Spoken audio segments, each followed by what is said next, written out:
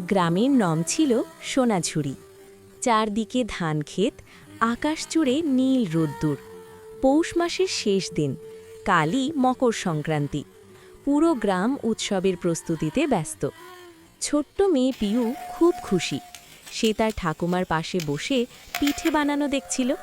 ঠাকুমা হাসতে হাসতে বললেন, জানো পিউ, মকর সংক্রান্তি মানে শুধু পিঠে নয়, একে অপরের সঙ্গে ভাগ করে নেওয়ার দিন। পিউ জিজ্ঞেস করল, কি ভাগ করব ঠাম্মা? ঠাকুমা বললেন, আনন্দ, ভালোবাসা আর হাসি। পরের দিন সকালে গ্রামে পিঠে পুলি, তিলের নাড়ু আর খেজুর গুড়ের গন্ধে ভরে গেল। সবাই নতুন জামা পরে সূর্যদেবকে প্রণাম করল। মাঠে মাঠে ঘুড়ি উড়তে লাগল, লাল, নীল, সবুজ রঙের। পিউ দেখল গ্রামের এক কোণে বুড়ো কাকু হরেন কাকা একা বসে আছেন। কেউ তার কাছে যাচ্ছে না। পিউ ছুটে গেল ঠাকুমার কাছে, এক থালা পিঠে নিয়ে। সে হরেন কাকুকে বলল, কাকা, মকর সংক্রান্তির পিঠে খান, আজ তো সবাই একসাথে আনন্দ করবে। হরেন কাকার চোখ ভিজে গেল। তিনি হাসলেন আর বললেন, এই তো আসল সংক্রান্তি।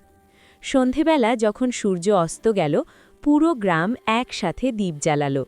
পিউ বুঝল, মকর সংক্রান্তি মানে শুধু ঋতুর পরিবর্তন নয়, মন বদলের উৎসব।